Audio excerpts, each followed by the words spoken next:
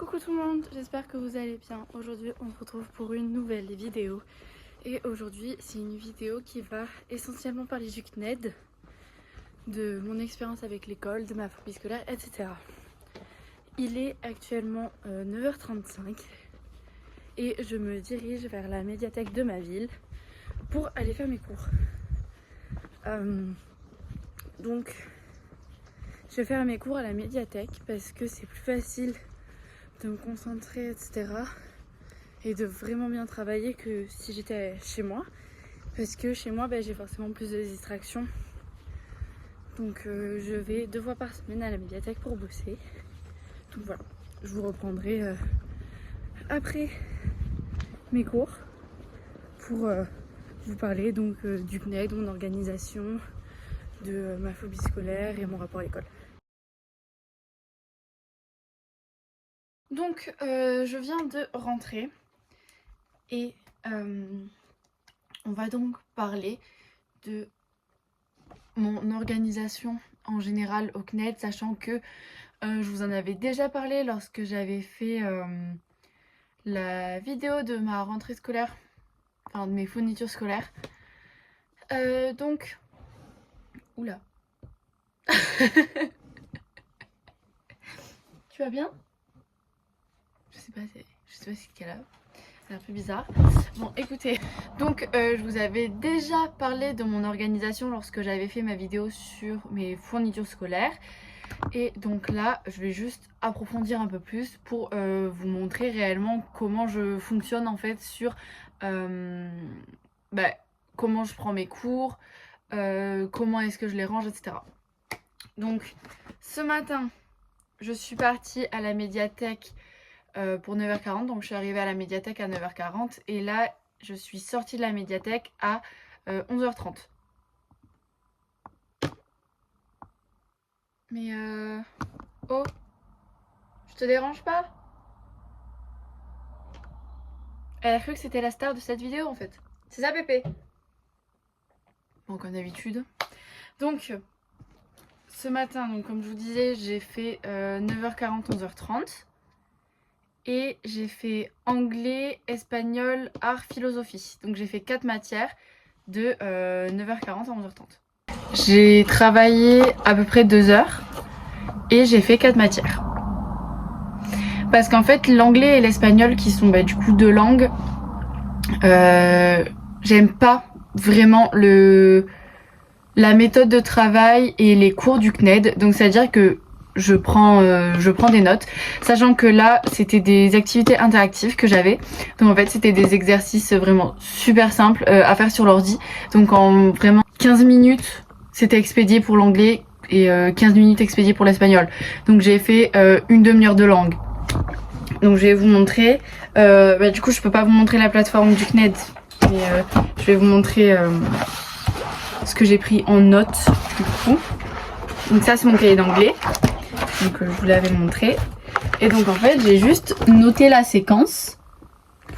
Noté donc la partie 1 et les activités que j'ai fait sur l'ordi. Et j'ai noté la partie 2 et les activités aussi. Donc voilà, plus la séquence interactive. Oui bon, 15 minutes c'est peut-être exagéré. J'ai mis 25 minutes, 30 minutes peut-être à faire tout ça pour l'anglais. Pour l'espagnol, mon cahier, hop, ça se présente pareil. Donc j'ai noté la séquence, la séance découverte, la première partie avec les 4 activités. Voilà. Sachant qu'en fonction des activités, il y en a certaines que je fais pas parce que je vois pas l'utilité. Il y a des exercices oraux à faire, mais en fait il n'y a aucune correction derrière sur la prononciation ou quoi, puisque du coup c'est juste un exercice oral que tu dois faire pour t'entraîner à parler espagnol. Et donc ces exercices là, ces activités là, je ne les fais pas parce que je préfère parler directement espagnol avec ma famille ou regarder des séries, films en espagnol, etc. Ou même contacter ma correspondante du coup lorsque j'étais en seconde, qui est devenue une copine à moi du coup, puisque c'était ma correspondante, elle est venue à la maison, je suis allée chez elle, enfin etc. Qui est espagnole, qui vit à Madrid, et donc je lui parle, voilà, on s'appelle des fois et on parle comme ça en espagnol ou par message, etc. Donc je trouve ça beaucoup plus facile et beaucoup plus productif de parler en espagnol directement avec quelqu'un et de regarder des films, séries, etc. en espagnol que de travailler les cours du CNED. Et donc pour l'anglais c'est pareil, j'ai un correspondant anglais, enfin américain plus précisément, que j'ai eu pareil en seconde. Bon par contre là l'échange n'a pas été possible, voilà, et du coup des fois on se parle quand même en anglais et voilà, je regarde des films et séries en anglais, enfin je trouve ça mieux que les cours du CNED. Bref, ensuite donc j'ai eu art, donc là j'étais avec mon cours sur mon ordi, mon cours version papier du CNED et mon cahier. Donc là on a entre mardi et aujourd'hui j'ai pas mal bossé quand même. C'est pas comme les langues. Les langues c'est vraiment quelque chose où en fait t'es sur l'ordinateur, t'as très peu de choses à écrire parce que c'est énormément d'exercices à faire et de cours interactifs. Voilà. Si, du coup oui, dans les langues le seul truc qui est bien vraiment c'est les cours interactifs. Mais bon, voilà. Donc ça, c'est tout ce que j'ai fait en art en la séance de mardi et la séance d'aujourd'hui.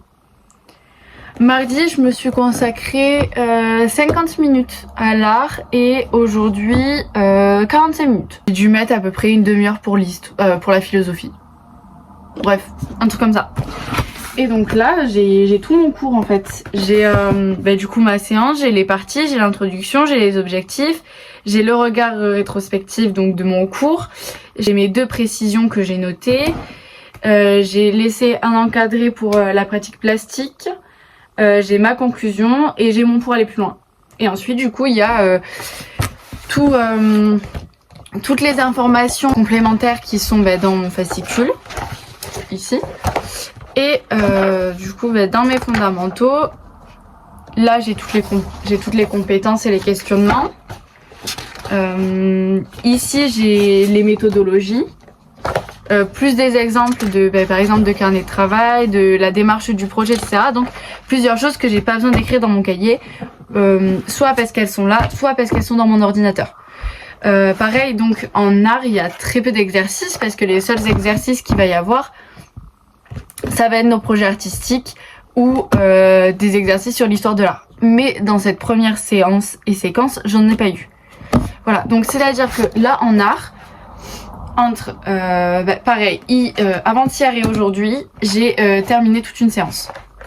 Du coup en 1h et quelques, genre 1h30 peut-être. En tout, j'ai terminé toute la séance 1 de la première séquence. Voilà. Donc pour l'instant les devoirs, donc les contrôles ne sont pas actifs sur le CNED, ils arrivent à partir du 17. Donc à partir du 17 je vais pouvoir commencer à rendre mes devoirs. Voilà, donc ça c'était pour l'art. Et ensuite du coup comme je vous ai dit j'ai fait la philo. Donc pareil, bon là j'ai mon cahier polyvalent du coup parce que en fin de semaine, donc tous les vendredis, je vais tout ranger dans mon trieur.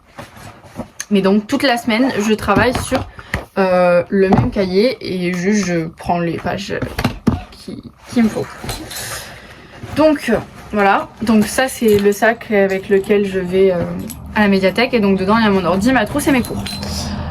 Hop, donc pareil, j'ai mes fondamentaux qui se présentent exactement de la même façon. Donc c'est à dire que j'ai mes cours écrits, pas tout, j'ai que une synthèse de certains cours, j'ai des définitions, j'ai des œuvres. Imaginons, là je sais pas si j'ai des œuvres dans celui de la philo, j'en ai pas vu pour l'instant. Non, je crois que j'ai que les grandes lignes de mes cours. Ouais, bon, j'ai les grandes lignes de mes cours et ensuite j'ai les fiches détaillées des méthodos et les définitions. Donc voilà, pareil, je prends Donc les synthèses de mes cours sur l'ordi et je prends des notes. Donc j'ai travaillé la philo lundi. Donc lundi j'ai fait cette première page où du coup j'ai marqué la séquence, la problématique et du vocabulaire. Et ensuite j'ai continué avec le vocabulaire, les séquences, les étapes, etc. Et donc j'avais fait 2 pages et demie et donc j'ai terminé cette page là aujourd'hui et j'ai fait celle-ci aussi. Et j'ai terminé avec la conclusion sur une autre page parce que du coup voilà. Et la conclusion. Donc j'ai terminé aujourd'hui aussi ma séance de philo. Donc avec le CNED, ce qui est vraiment bien, c'est que je peux totalement gérer mes horaires comme je veux. C'est-à-dire que imaginons le matin je me suis pas levée pour telle ou telle raison, je peux travailler à l'après-midi, ou si j'ai tel truc de prévu, en fait je vais, imaginons, prendre du temps sur mon week-end ou sur ma soirée pour travailler, pour être sûre d'avoir fait mes heures à la semaine. Parce qu'on n'a pas d'heures obligatoires par semaine. Tant qu'on rend les devoirs, tant qu'on apprend nos leçons et tant qu'on est assidu et régulier dans notre travail, il n'y a pas de souci. Donc voilà. Donc moi ce que je fais, c'est que je travaille normalement tous les matins.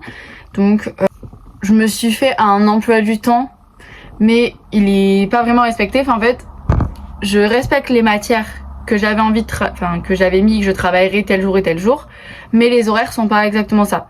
Donc maintenant on va parler de ma scolarité en général.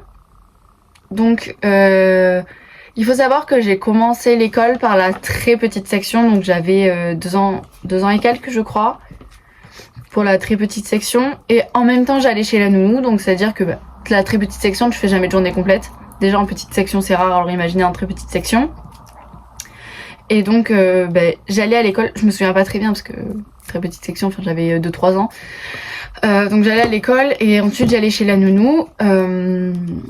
Donc bon là jusque là ça se passait bien. Ensuite il y a eu la petite section, la moyenne section, la grande section, pareil ça se passait super bien.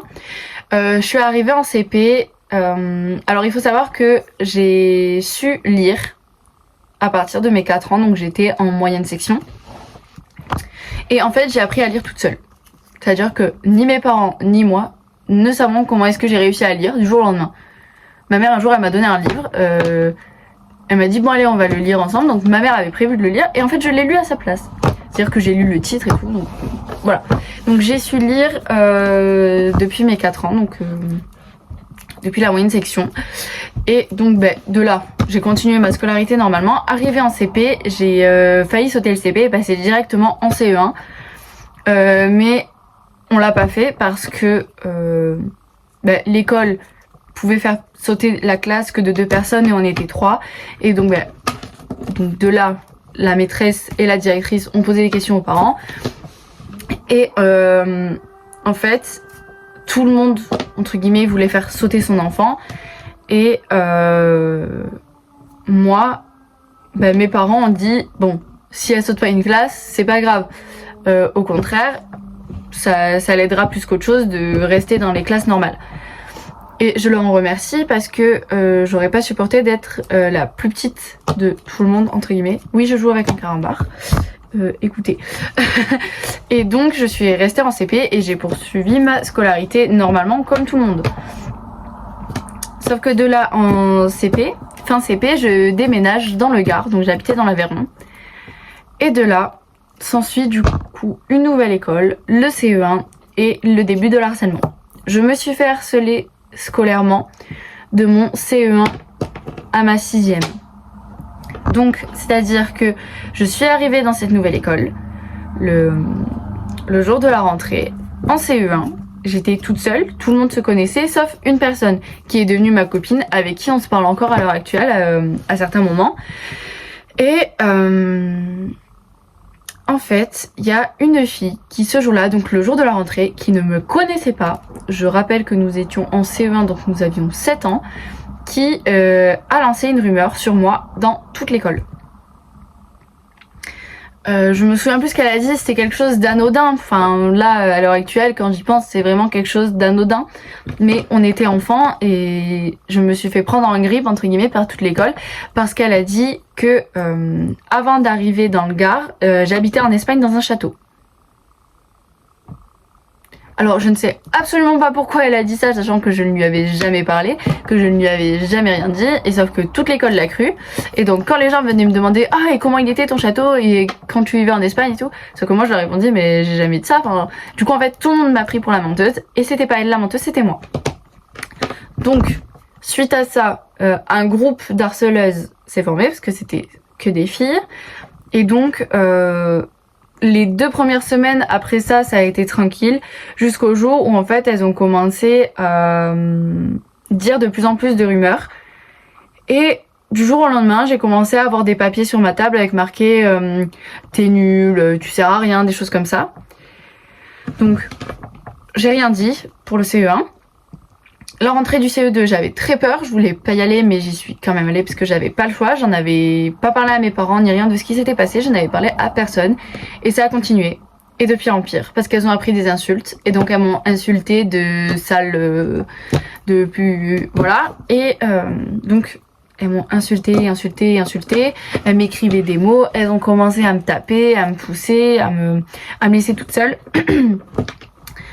Et ça a continué de pire en pire, à chaque fois. Au bout d'un moment, on m'a même dit t'as qu'à te suicider. Voilà. Et du coup, moi, ce que j'ai fait, c'est que j'en ai toujours pas parlé et j'ai développé de l'hyperphagie. Donc l'hyperphagie, qu'est-ce que c'est? L'hyperphagie, c'est un trouble du comportement alimentaire qui en fait consiste à manger tout le temps.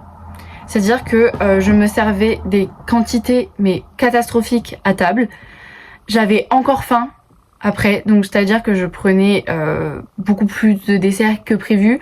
Je goûtais énormément, le matin je déjeunais beaucoup, je me servais dans les placards durant la nuit, etc. Je mangeais tout le temps.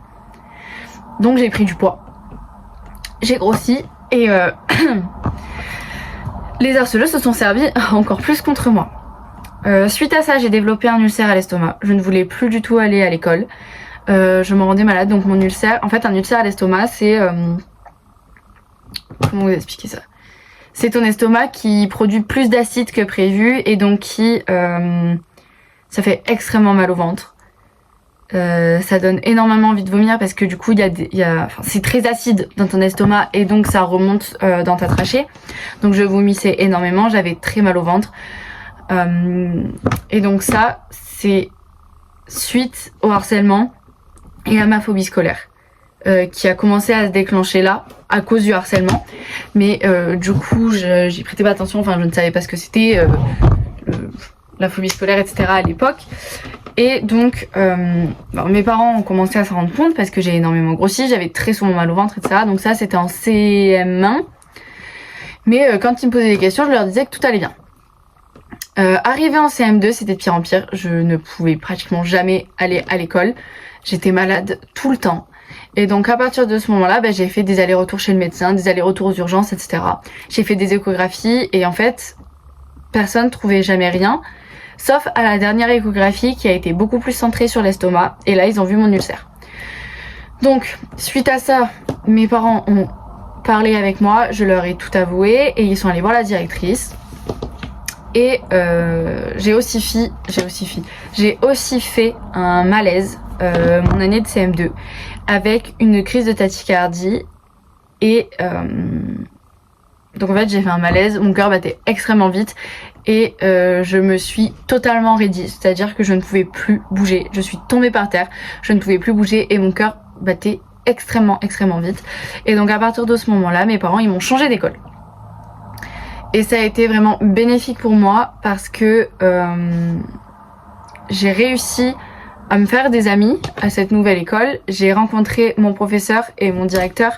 Du coup, le directeur était mon professeur de CM2 qui était vraiment incroyable.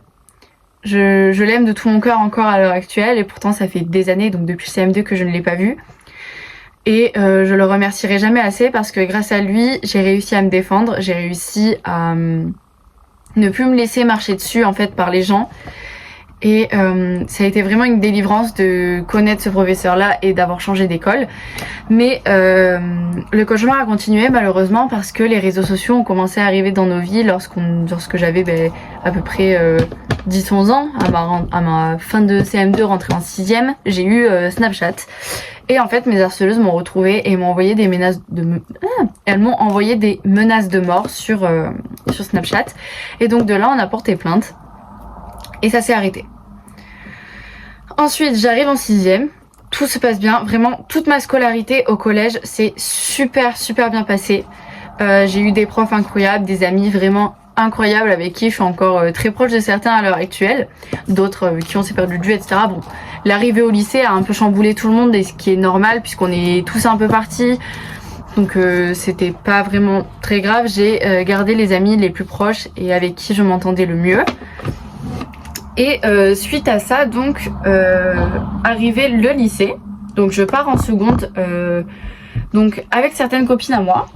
Donc mon année de seconde se passe vraiment super bien, sauf quelques accidents qui m'arrivent en dehors du lycée. Par contre, ça ne m'arrive pas dans l'enceinte du lycée, mais je me suis fait agresser dans la rue, sur le chemin du lycée, un jeudi matin, je crois.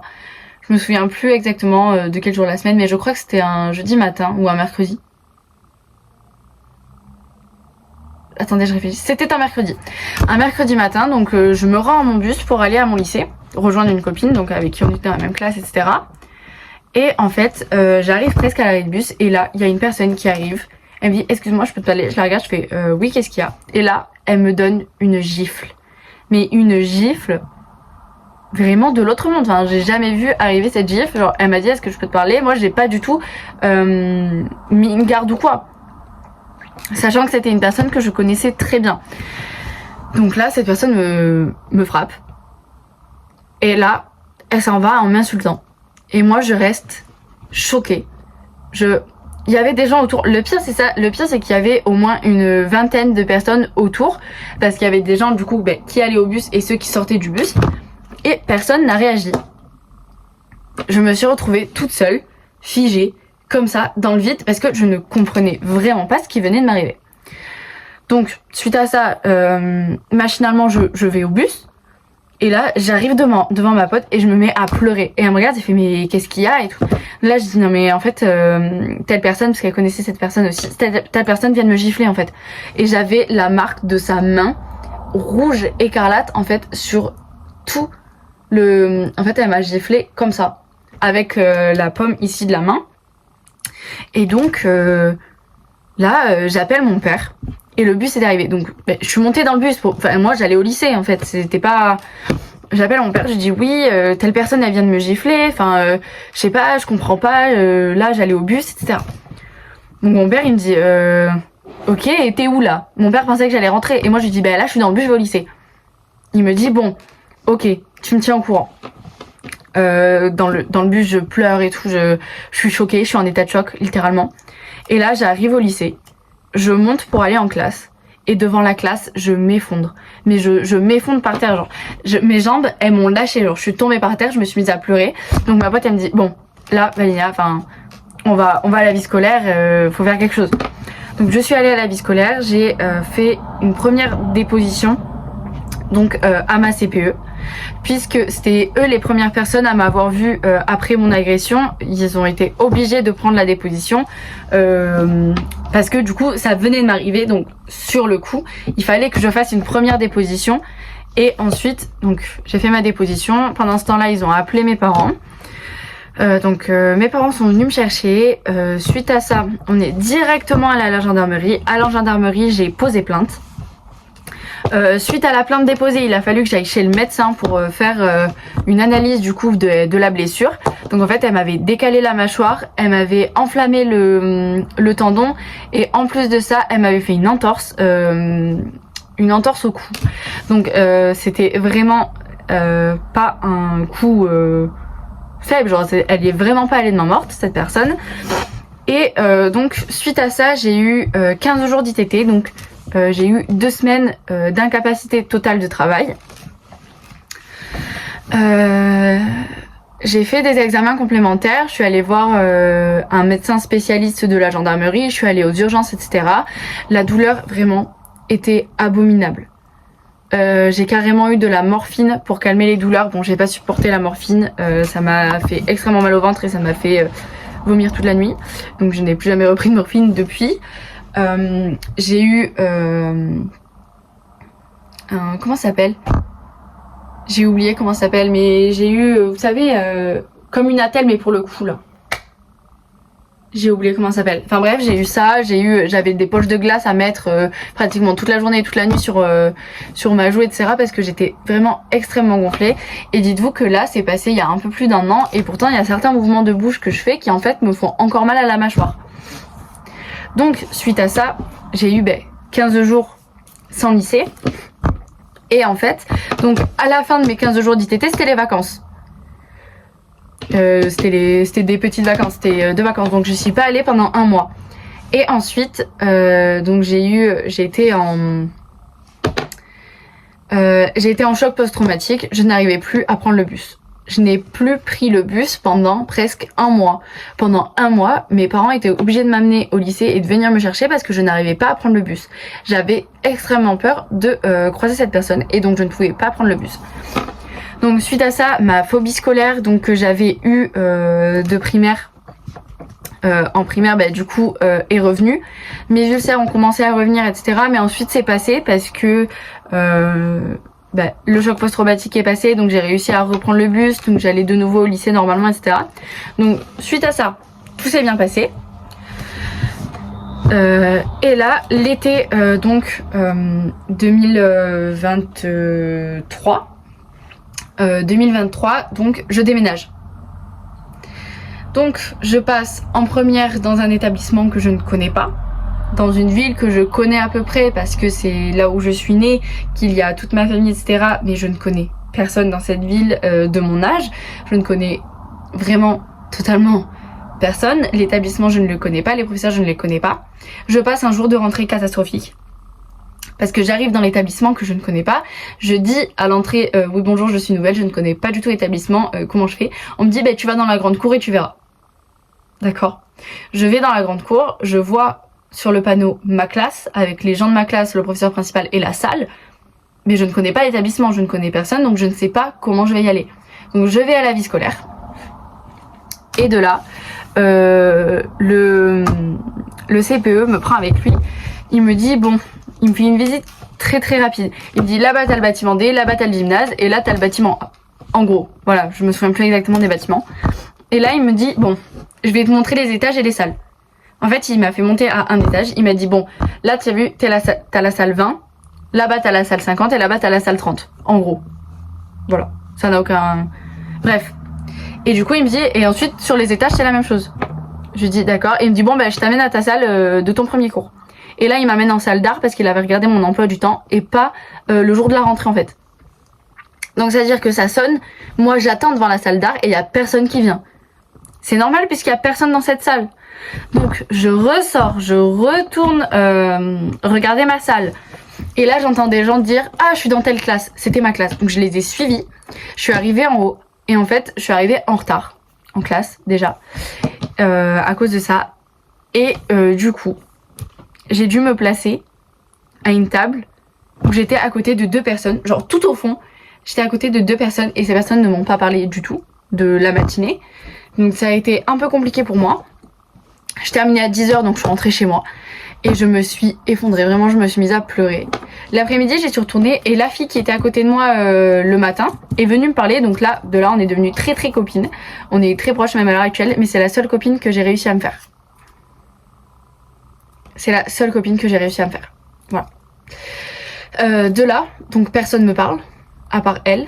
Et on n'avait pas les mêmes spé, donc en fait il y a le jeudi, j'avais une journée totalement de spé, donc je ne la vois pas, donc je me retrouve toute seule. Un mardi sur 2 je dois manger à la cantine et quand elle mange pas à la cantine je me retrouve toute seule. C'était vraiment horrible. Donc je suis allée au lycée de septembre à novembre parce qu'en fait novembre j'y suis pas du tout allée en fait. J'y suis allée, je vous explique.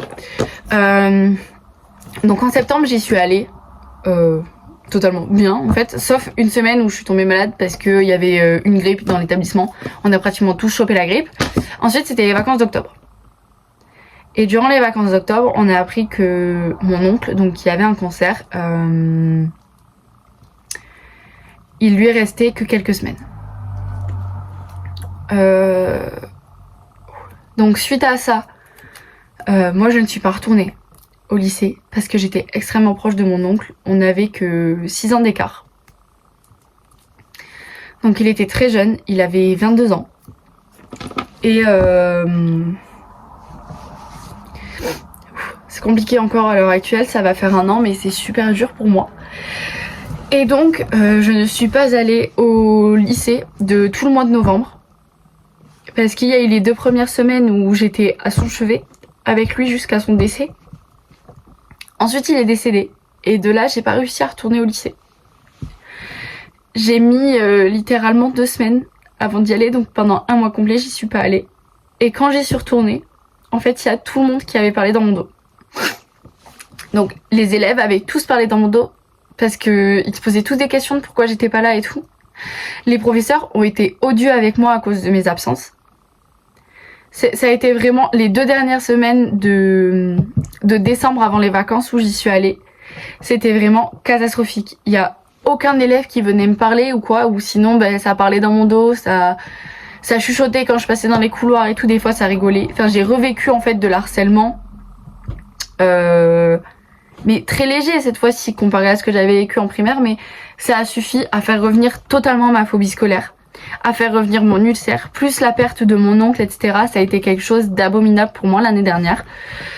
Donc à partir de janvier, j'ai décidé avec mes parents, etc. de me déscolariser. Donc c'est-à-dire que je n'allais plus du tout au lycée. Le lycée par contre, eux me faisaient passer des cours parce qu'ils voulaient pas que je me retrouve sans rien, sachant que c'était l'année des premières épreuves de bac.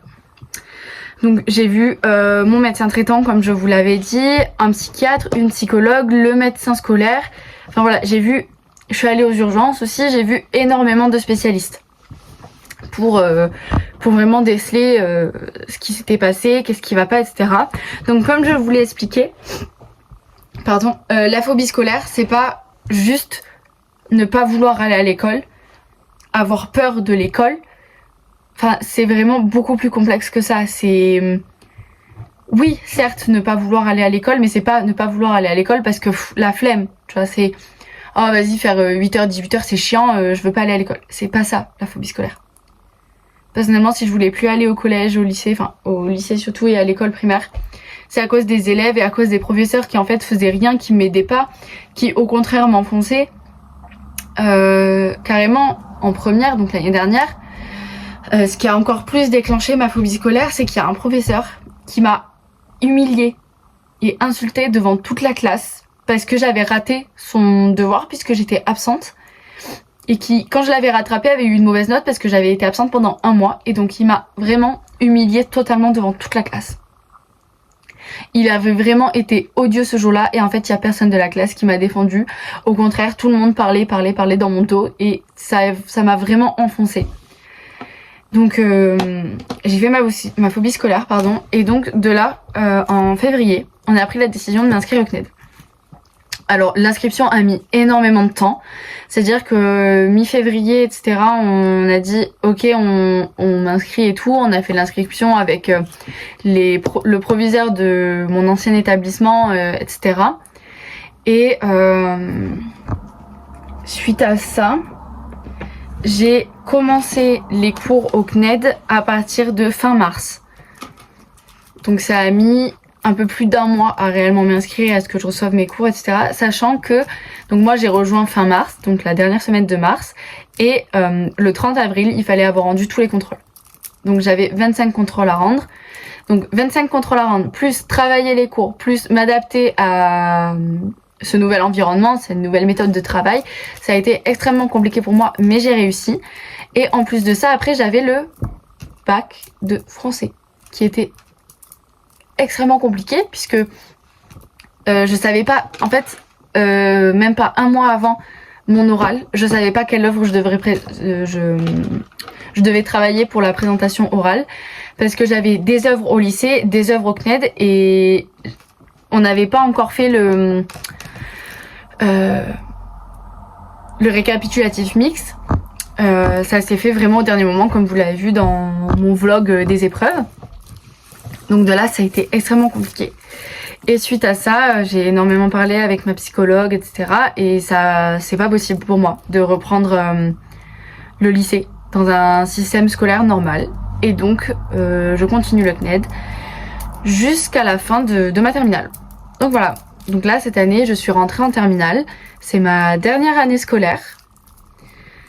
Et je la fais au CNED. Ça me fait un peu bizarre parce que tous mes amis, etc., tout le monde a eu une rentrée normale, entre guillemets, sauf les gens du CNED.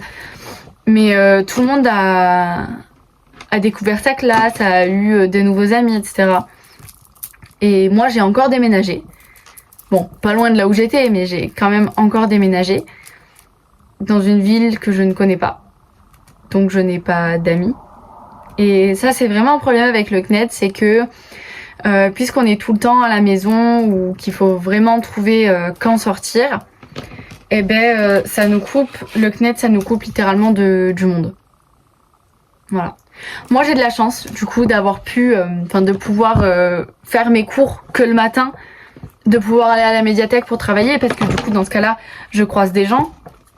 Et je vais passer la conduite, donc là, pareil, je vais sortir de chez moi. Mais ça reste que je connais personne de mon âge. Mais du coup, je vais mener mes recherches, je vais peut-être me trouver une activité.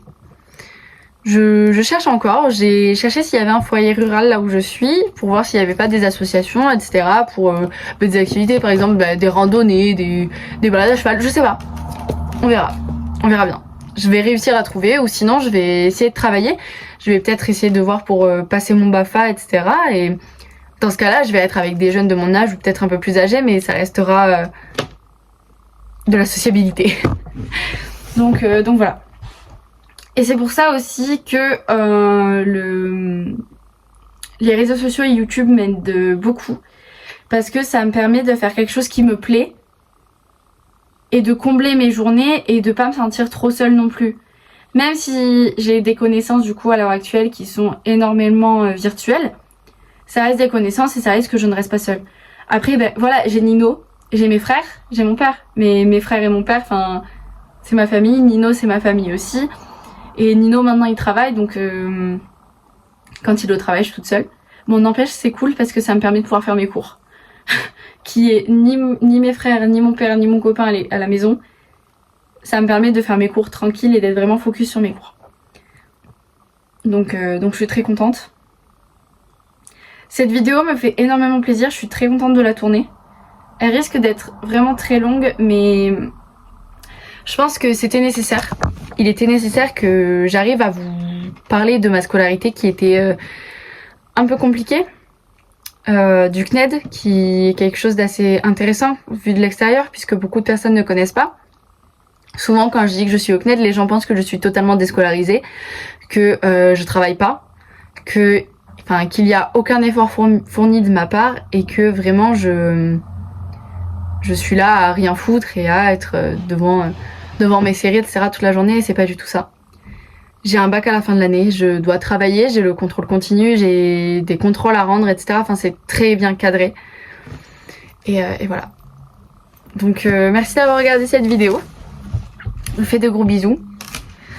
N'oubliez pas de vous abonner à mon TikTok, à mon Insta, à la chaîne YouTube si c'est pas déjà fait. Likez, commentez, partagez. Vous connaissez la chanson. Merci pour cette vidéo. Merci de la communauté que vous êtes, que vous êtes. On a passé les 100 followers. Voilà. Merci beaucoup.